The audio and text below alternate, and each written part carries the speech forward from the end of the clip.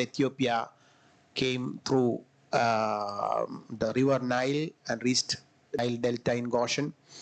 And the people who were living there beside the sea were not affected that much, but others were really affected by the flood and its aftermath regarding the hailstones, frogs, snails, and so on. So all these things could be in some way could be connected. That's my idea. Thank you.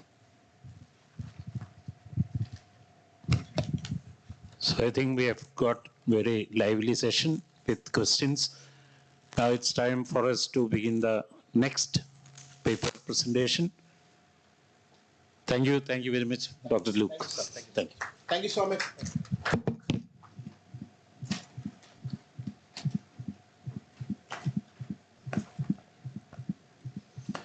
Okay, next we have another very interesting paper that is by Dr. Aljo Karir-Katil.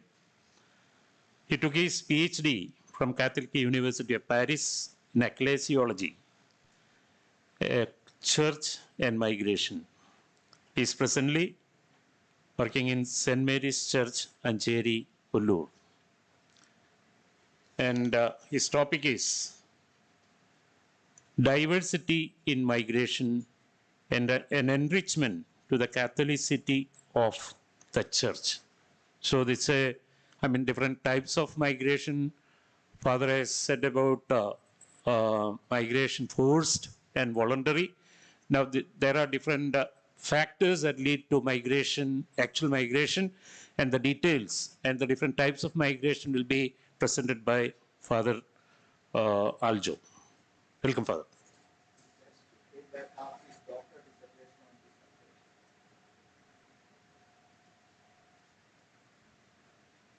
Father Aljo has come back, just completed his PhD, and he has made his research on this topic, so it is going to be very enriching session for us. Welcome, Father.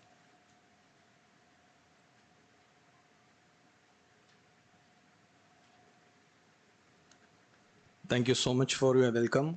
Good morning, all. I have some disclaimers before I start my presentation. First of all, I have not prepared any PPT, but you can meditate my beautiful, handsome face. And it's my first presentation in English, because before, when I was studying in Paris, we were not using English. So I would like to ask you a pardon if my pronunciation, I'm not a foreigner, but if my pronunciation went wrong, please laugh at me. And another thing, I would like to speak on migration purely from a theological point of view. And I see migration not as a negative thing, but as a positive thing. So that I said, I wrote the title, Diversity in Migration and Enrichment to the Catholicity of the Church. So I would like to ask you the first question, and by that I start. What do you think about Catholicity? If you don't know what is Catholicity is, okay, Catholicity is universality, because we profess in our creed that the church is Catholic.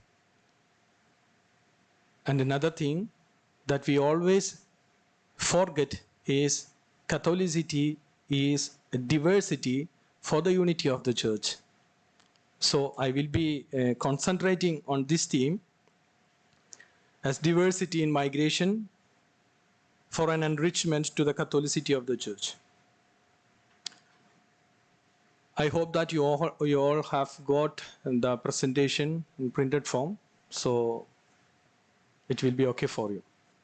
The world is facing a global crucial problem, that of migration. To observe migration from a religion and to treat carefully in a theological and to treat carefully in a theological sense also gives a multidisciplinary character for the topic.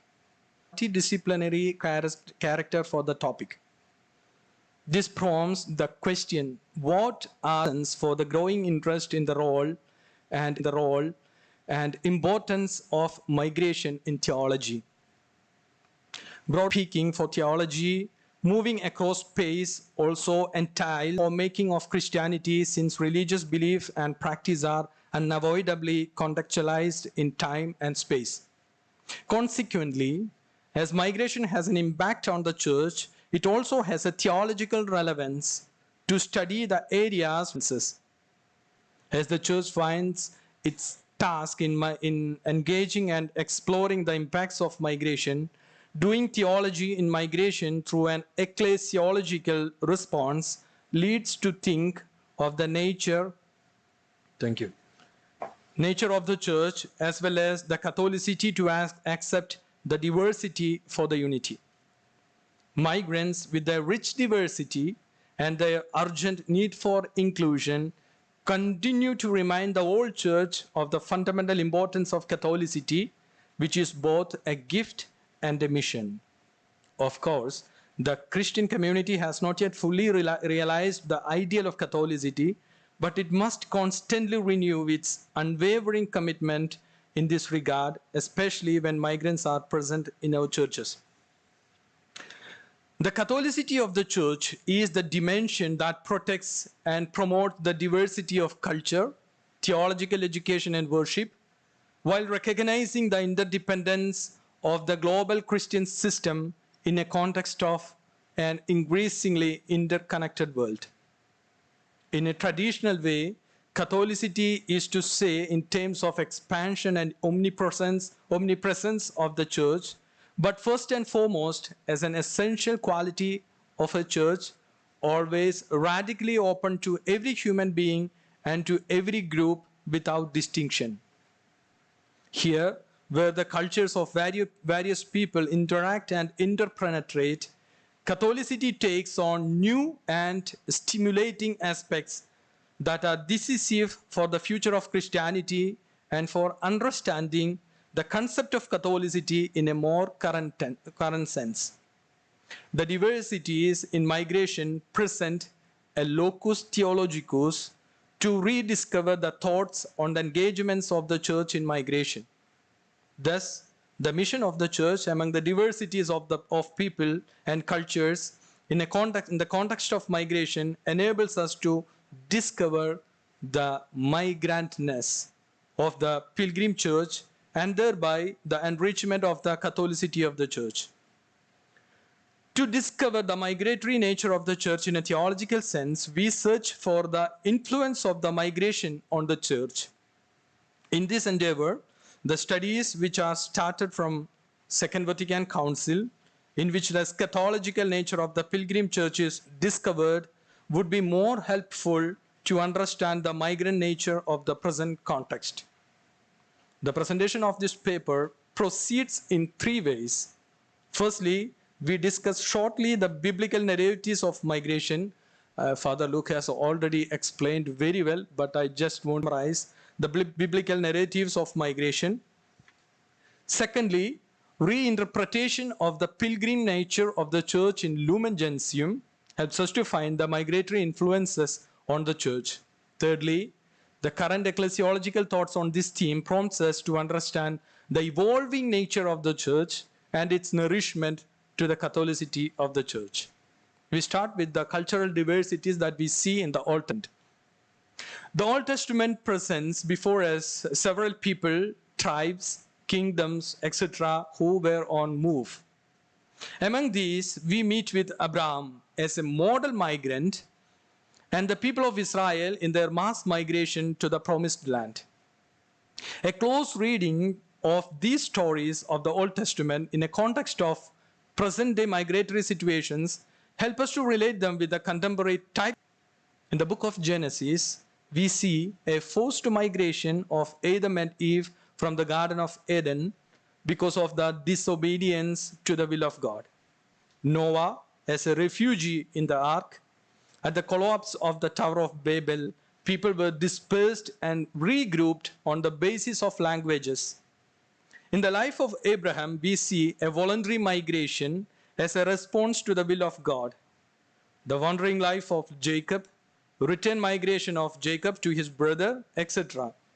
The book of Exodus shows a history of exile of Israelites, which gives a migratory experience to them, and it remains as a memory in their hearts. These examples bring our attention to the presence of migration in the Old Testament.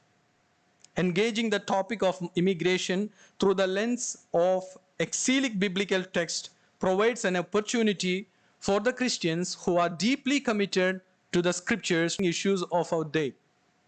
Thus, along with the stories of displacement of the Old Testament people, it enters into a theological reasonings on migration. The cultural exchanges with regards to the laws of the community, language obstacles, exchanging and adapting to different religious practices, welcoming the strangers, etc., extend the theological discussion on the migration in the Old Testament. The God is seen as a principal driving force for the displacements of the Old Testament people. It gives a dimension of mission in migration, and it pushes us to also to think how people responded to it from their situations.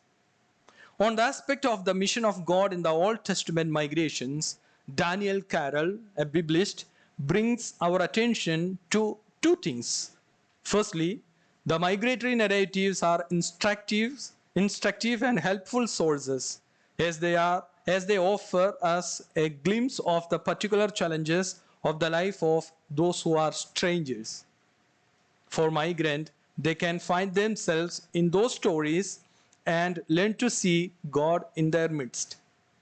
A migrant life reflects in Abraham's story in order to bring the role of God in their life, and it serves a helpful source to understand how Abraham has passed as stranger, sojourner, and a migrant. We have there all the quotations from the Bible. Secondly, in the Old Testament narratives, in divine human relationships, the migrants are placed in the mission of God so that they are to be a blessing among whom they live in their confession of faith and worship and in the daily exchanges of concrete human life.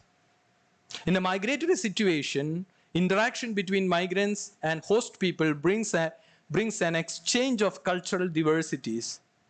Abraham's story shows God's mediation brings out the cultural exchanges among the people by the blessings and curses through Abraham.